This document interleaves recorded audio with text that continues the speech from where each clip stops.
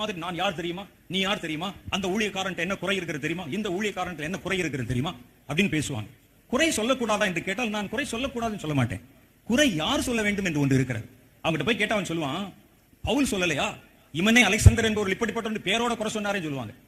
அப்ப என்னுடைய கேள்வி என்னன்னா, பவுல் குறை சொன்னார், நீ பவுலா என்பதுதான் என் கேள்வி. நீ பவுலாயா? ஒரு 10 பேர் சுவிசேஷம் சொல்லியிருப்பியா நீ? ஒரு சபை எழுப்பியிருப்பியா நீ?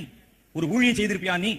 ஒன்றும் செய்யவில்லை. கையில் ஒரு போன் இருக்கிறது, அறகுறையா கொஞ்சம் வசனம் தெரியும். உடனே உட்கார்ந்து கொண்டு அவர் அங்க பேசின தப்பு, இவர் இங்க பேசின தப்பு, கமாலியல் சொன்னது தப்பு, மோகனனை சொன்னது தப்பு, இந்த ஆள் சொல்ற தீர்க்க தரிசனம் தப்பு. உனக்கு என்ன தெரியும்? குறை சொல்லக்கூடாதுல்ல. குறை சொல்றவன் யார் என்பது நமக்கு முக்கியம். நீ கர்த்தருக்கு என்ன சாதித்து இருக்கிறாய், எத்தனை ஜனங்களை கர்த்தருக்குள்ள நடத்தி இருக்கிறார்.